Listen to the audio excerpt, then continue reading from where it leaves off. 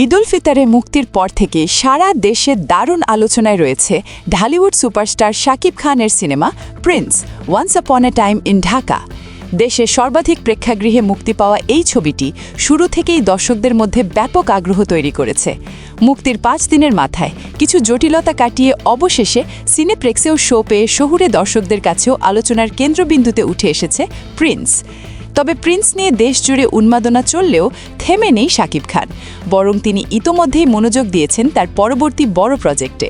বর্তমানে মালয়েশিয়ায় অবস্থান করছেন এই মেগাস্টার, যেখানে পরিচালক আজমান রুশোর নতুন সিনেমা রকস্টারের শুটিং করছেন তিনি।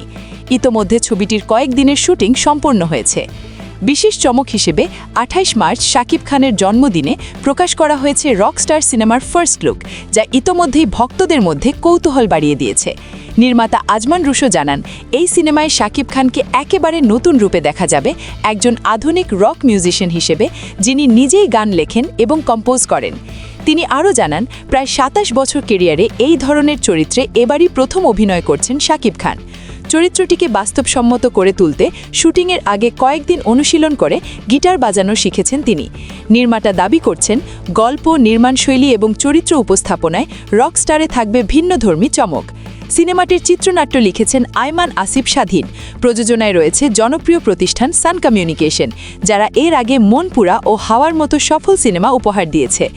এদিকে রকস্টার সিনেমায় শাকিব খানের বিপরীতে মূল নায়িকা হিসেবে থাকছেন সাবিলা নূর, পাশাপাশি দ্বিতীয় নায়িকা হিসেবে যুক্ত হয়েছেন তানজিয়া জামান মিথিলা।